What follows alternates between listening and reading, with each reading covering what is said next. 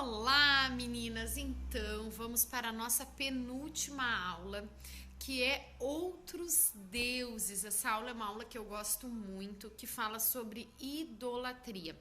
Então, na página 77, né, começa essa aula e ela inicia assim: todos nós nascemos com um grande vazio dentro do coração, uma ansiedade imensa por encontrar uma resposta para tudo, ou talvez alguma coisa que explique a nossa existência. Afinal de contas, somos racionais. Nós cristãos sabemos que a verdadeira resposta está em Deus, por meio do seu Filho Jesus. Mas a idolatria é um sistema de valores e propriedades que criamos na tentativa de ocupar esse vazio com algo palpável, que nos sacie, mesmo que seja momentaneamente.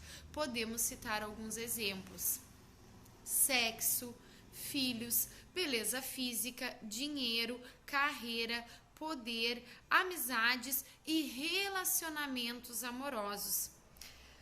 Outros deuses que nos distanciam cada vez mais da suficiência do Deus verdadeiro. Depois, na página 78, diz: desde a história de Adão, percebemos que o homem tem a tendência de temer a disciplina ou a reação de Deus diante de um erro cometido. Por meio de mentiras e da transferência de culpa, percebemos que aqui o medo tem duas faces: medo da decepção e medo da punição. O temor do Senhor é o princípio da sabedoria e o conhecimento, santa prudência. Depois, na página 79, esse temor está relacionado com o respeito e o reconhecimento e não com o medo. Depois, na página 80, diz assim: Deus entregou tais homens à imundícia pelas concupiscências do seu próprio coração, para desonrarem o seu corpo entre si, pois eles mudaram a verdade de Deus em mentira, adorando e servindo a criatura no lugar do Criador. Depois aqui embaixo diz: ora, conhecendo eles a sentença de Deus, de que são passíveis de morte, os quais tais coisas praticam, não somente as fazem, mas também aprovam o que assim procedem. Depois, na página 81, diz assim: o homem começou a se preocupar em decepcionar os homens e parou de se preocupar em decepcionar a Deus. Embaixo: estou sofrendo tanto, preciso de uma recompensa urgente, então vou pelo caminho mais fácil, a satisfação da carne. Depois, na página 82, fala: o sexo foi criado por Deus e é tratado como uma bênção para o nosso prazer e procriação, e não pode se tornar o centro da nossa vida. Por isso, a mulher casada não pode usar o sexo como moeda de troca ou forma de manipulação do marido. A mulher casada que tem dificuldade em desfrutar o prazer sexual precisa descobrir a raiz que gera essa frustração: abuso na infância, traumas, rejeição, abandono, experiências negativas, influências mundanas ou religiosas, dentre outras. Nesse caso, aconselhamos a buscar ajuda da liderança na sua igreja, assim como de profissionais da saúde, psicólogos ou médicos. Depois, na página 83, existem mulheres que têm o seu prazer e realização em ser desejada. Depois fala sobre filhos, né? Dependendo do estado emocional da mulher, quando a maternidade chega, os filhos podem ocupar o lugar de Deus na vida delas, principalmente se o seu casamento estiver passando por momentos delicados. Depois, na página 85, não é exagero falar que a pessoa que tem dependência emocional vive dentro de uma bolha, onde a única coisa que ela precisa para viver é a presença da outra, e isso é idolatria. Depois, na página 86, um Deus é criado, o relacionamento é a resposta para todo o sofrimento anterior, ou para todas as questões emocionais que sempre a atormentaram. E eu fiz aqui para vocês algumas observações e algumas explicações, né? Então a gente começa assim, ó, em 2 Timóteo, do 3, do 1 ao 5, diz assim. Deixa eu achar aqui, que eu já deixei marcadinho aqui na Bíblia. Fala sobre ser um cristão pode ser difícil. Então diz assim, 2 Timóteo 3, do 1 ao 5.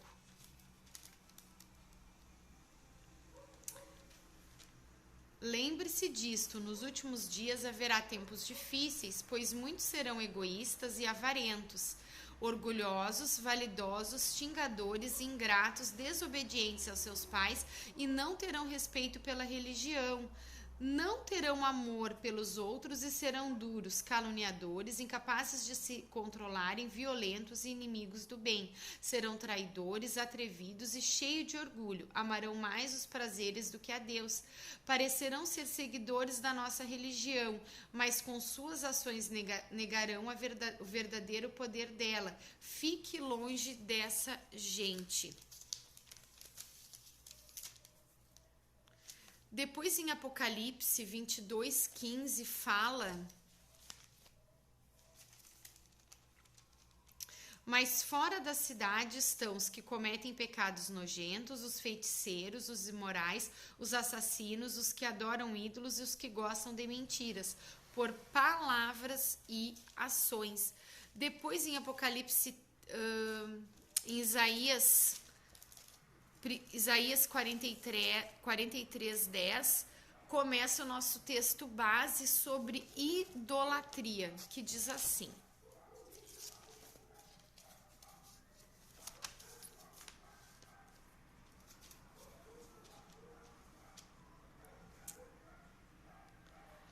Povo de Israel, você é minha testemunha, você é servo que eu escolhi para que me conheça e creia em mim e entenda que eu sou o único Deus.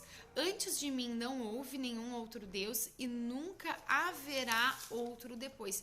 Então aqui na palavra de Deus já diz, né, que Deus ele é o único Deus, que não houve e nem haverá outro Deus. E o que significa idolatria? Idolatria é o culto para receber algo em troca, tentativa fracassada do homem de controlar a sua própria vida. E o que é incrédulo? Aquele que não crê no único Deus. O que é crente? Crente é crer, reconhecer e obedecer o único Deus. Idolatria é o culto a si mesmo. Em Gênesis 3, do 1 ao 6, diz assim: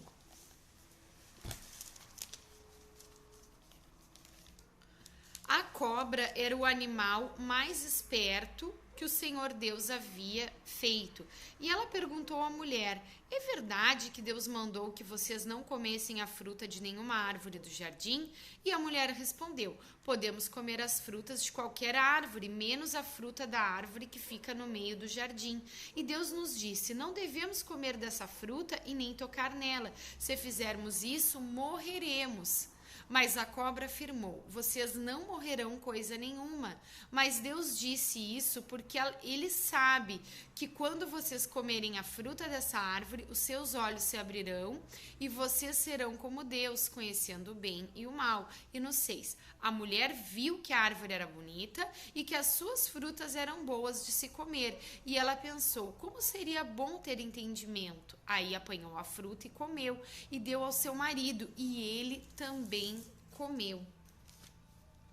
A serpente, ela sugeriu que o homem fosse o seu próprio Deus.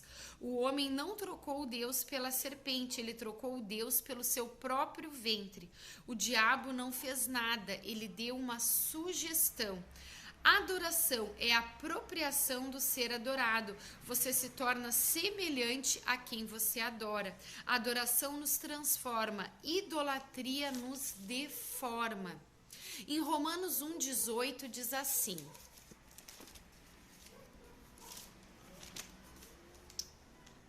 Do céu, Deus revela a sua ira contra todos os pecados e todas as maldades das pessoas, que por meio das suas más ações não deixam que os outros conheçam a verdade a respeito de Deus.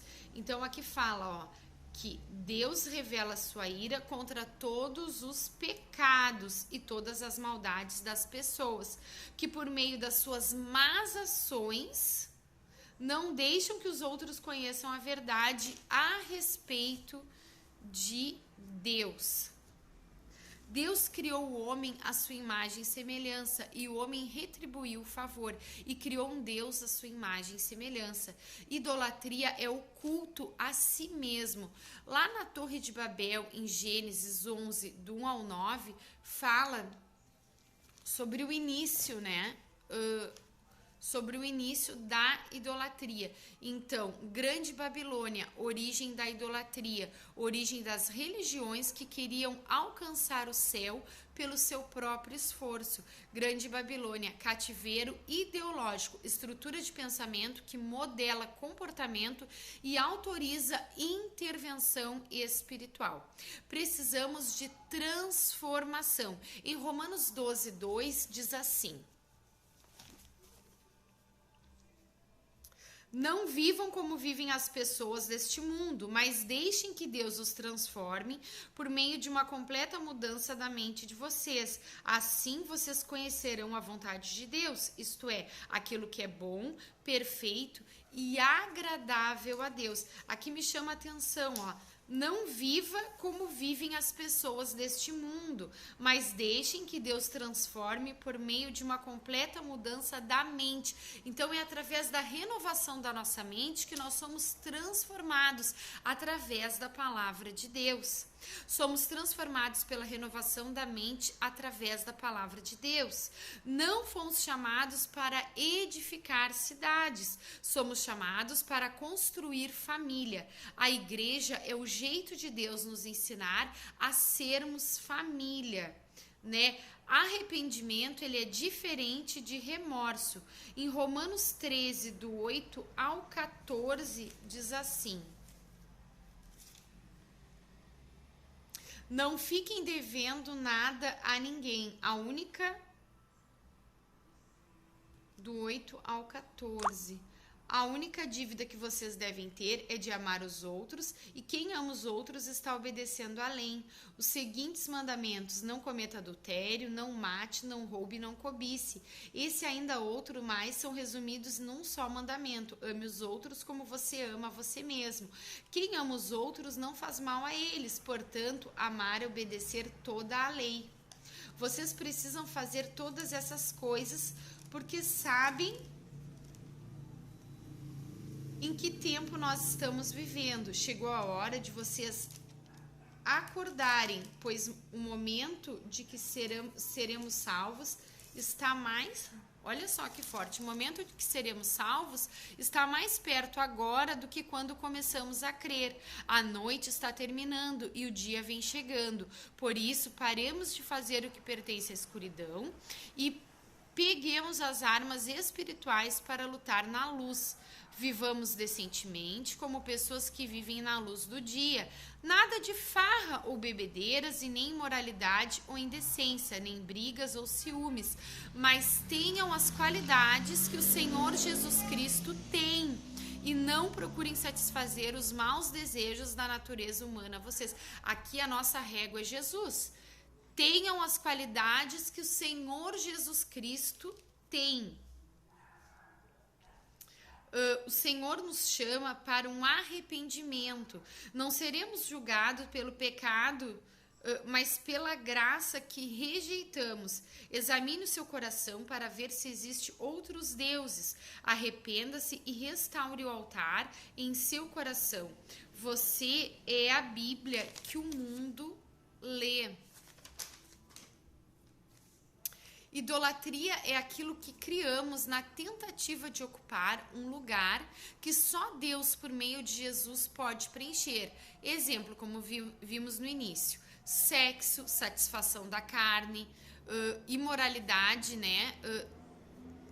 Todos os pecados sexuais. Então, imoralidade deriva de porneia, né? Então, sexo, satisfação da carne, né? Imoralidade que deriva de porneia, pecados sexuais. Então, qualquer relação sexual fora do casamento é pecado. Filhos, os filhos podem ocupar o lugar de Deus. Beleza física, vaidade em excesso. Dinheiro, Deus é mamon, idolatria ao dinheiro. Carreira, trabalho, colocar o trabalho como prioridade. Poder, tem que estar em lugar de destaque, quando isso vira um Deus, um ídolo. Amizades, ocupar o lugar de Deus, quando a sua amizade é mais importante do que Deus. Relacionamentos amorosos, estar em prioridade em relação a Deus. O temor do Senhor é o princípio da sabedoria. Em Provérbios 9, 10, deixa eu ver se eu marquei aqui.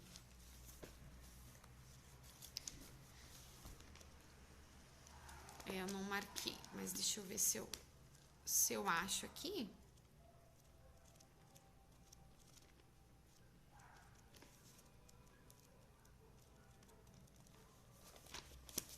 Provérbios 9, 10.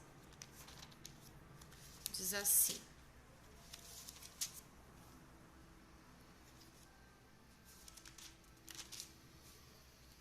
para ser sábio é preciso primeiro temer a Deus, o Senhor. Se você conhece o Deus Santo, então você tem compreensão das coisas. Temer não é ter medo, e sim profundo respeito. É colocar o Senhor como prioridade, é ser fiel a Deus. Buscar em primeiro lugar o reino de Deus, e as demais coisas lhe serão acrescentadas. Em Mateus 6,33, diz assim. Mateus 6,33. Vamos ver aqui.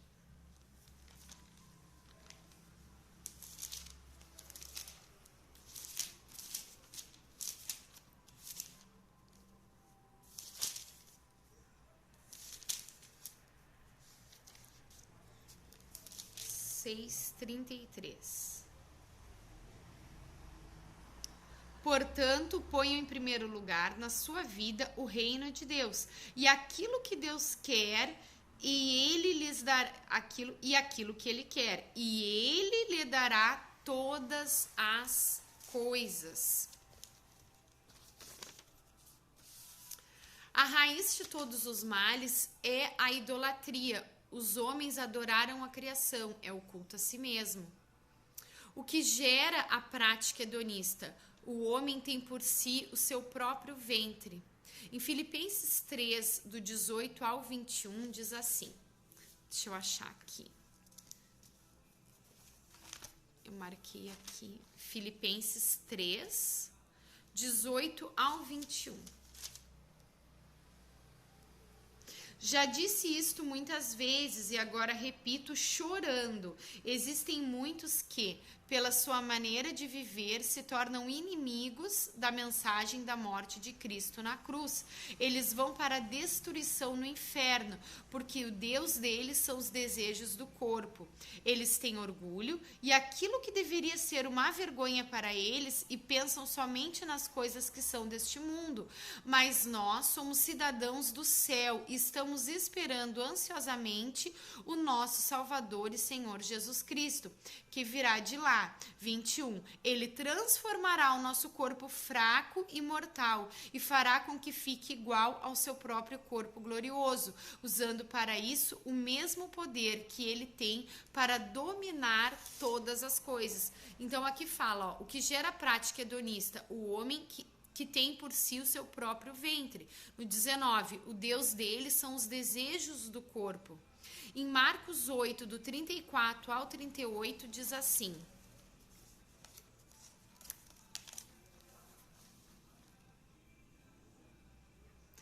Aí Jesus chamou a multidão e os discípulos e disse: se alguém quer ser o meu seguidor, que esqueça os seus próprios interesses, esteja pronto para morrer como eu vou morrer e me acompanhe, pois quem põe os seus próprios interesses em primeiro lugar nunca terá a vida eterna, mas quem esquece a si mesmo por minha causa e por causa do evangelho terá a vida verdadeira. O que adianta alguém ganhar o mundo inteiro, mas perder a vida verdadeira? Pois não há nada que poderá pagar para ter de volta essa vida. Portanto, se nesta época de incredulidade e maldade alguém tiver vergonha de mim e dos meus ensinamentos, então o Filho do Homem, quando vier na glória do seu Pai com os santos anjos, também terá vergonha dessa pessoa. Então, esse texto aqui ele é muito forte, né? Ele diz, o que adianta ganhar o mundo inteiro e perder a sua alma? Em 1 Coríntios 13, 11, diz assim,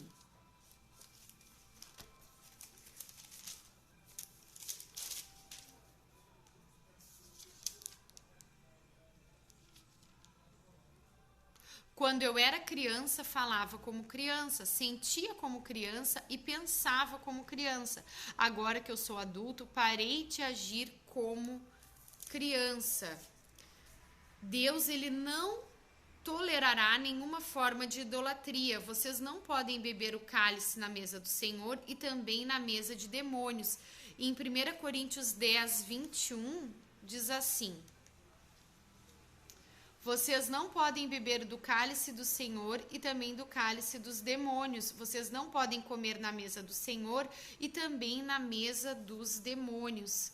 Por isso, meus amados irmãos, fujam da idolatria. Aqui em 1 Coríntios 10,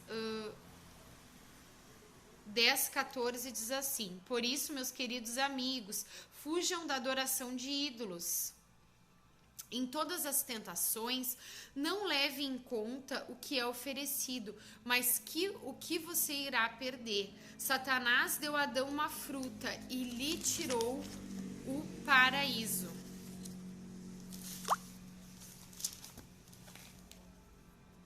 E aqui eu quero compartilhar com vocês o que é hedonismo, tá? Definição de hedonismo. Obadias, capítulo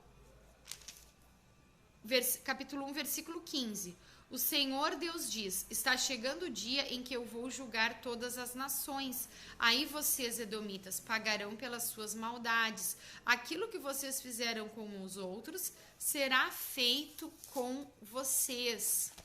E depois, em Apocalipse 3:10, diz assim, vocês têm obedecido a minha ordem para aguentar o sofrimento com paciência. Por isso, eu os protegerei no tempo da aflição que virá sobre o mundo inteiro, para pôr à prova os povos da terra. Então, aqui é uma promessa para quem é fiel a Deus, para quem é transformado, renovado através da palavra de Deus. Então, aqueles que são fiéis, que fogem da idolatria, diz, vocês têm obedecido a minha ordem, né?